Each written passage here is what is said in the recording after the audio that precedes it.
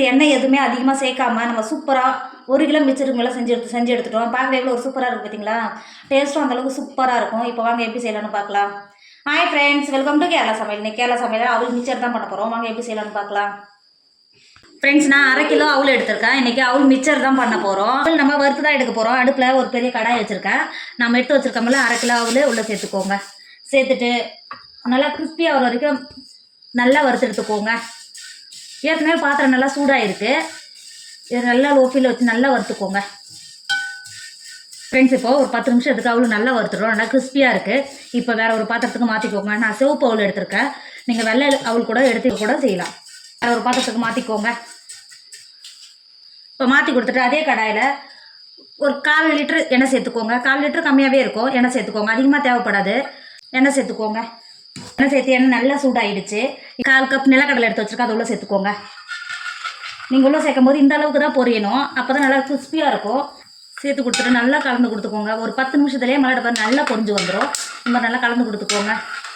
Friends, இப்போ பாருங்கள், மல்லாட்டை பயிறு நல்லா வருந்துருச்சு. எண்ணெயிலேயே நல்லா பொரிஞ்சு எந்த அளவுக்கு நல்லா கலர் மாதிரி இருக்குது பார்த்தீங்களா? இப்போ இது வெளில எடுத்துக்கோங்க. இது வெளில எடுக்கிறதுக்கு ரொம்ப ஈஸியாக இருக்கும். வெளில எடுத்துக்கோங்க. வெளில எடுத்துகிட்டு நம்ம அவுள் மாற்றி வச்சுருக்கோம் பார்த்தீங்களா? அந்த பாத்திரத்துக்கே மாற்றிக்கோங்க. இப்போ பொரிச்சு எடுத்துட்டோம். இதுலேயே 1/4 கப்பு பொட்டுக்கடலை எடுத்து வச்சுருக்கேன். அதையும் உள்ளே சேர்த்துக்கோங்க. சேர்த்துட்டு இது லைட்டாக கலர் மாதிரி வரைக்கும் நல்லா வறுத்துக்கோங்க. நல்லா கிண்டி கொடுத்துட்டு ஒரு 10 நிமிஷத்துலேயே நல்லா வறுந்து வந்துடும். இப்போ நல்லா கலந்து கொடுத்துக்கோங்க. இப்போ பாருங்கள், பொட்டுக்கடலை எந்த அளவுக்கு நல்லா கலர் மாதிரி நல்லா பொரிஞ்சு வந்துருக்கு பார்த்தீங்களா? இப்போ இது வெளில எடுத்துக்கோங்க.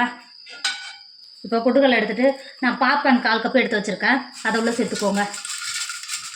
சேர்த்துட்டு பாப்கார்னி நல்லா பொரிச்சு எடுத்துக்கோங்க. ஃப்ரெண்ட்ஸ், இப்போ பாருங்கள், பாப்கார்ன் எந்த அளவுக்கு நல்லா பொரிஞ்சு வந்துருக்கு பார்த்தீங்களா? இப்போ இது வெளில எடுத்துக்கோங்க.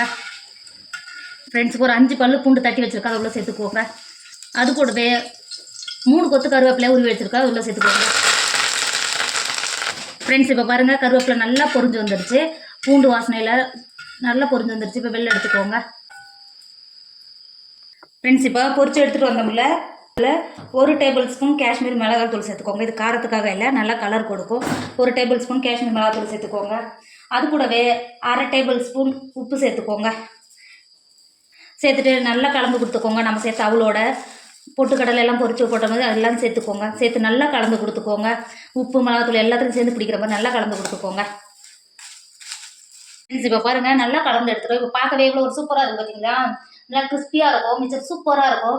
கண்டிப்பாக நீங்களும் ட்ரை பண்ணுங்கள். நம்ம அவ்வளோ எதுவும் வறுக்கவே இல்லை. ஆனால் பார்க்கவே எவ்வளோ ஒரு சூப்பராக இருக்கும் பாருங்க. நல்லா கிறிஸ்பியாக இருக்கும். குழந்தைங்க பெரியவங்க வரைக்கும் ரொம்ப ரொம்ப விரும்பி சாப்பிடுவாங்க. கண்டிப்பாக நீங்களும் ட்ரை பண்ணுங்கள். என்னோட வீடியோ உங்களுக்கு பிடிச்சிருந்தா உங்கள் ஃப்ரெண்டு உங்கள் ஃபேமிலிக்கு ஷேர் பண்ணுங்கள். மறக்காமல் கேரளா சமையல் சப்ஸ்கிரைப் பண்ணிக்கோங்க. தேங்க்யூ.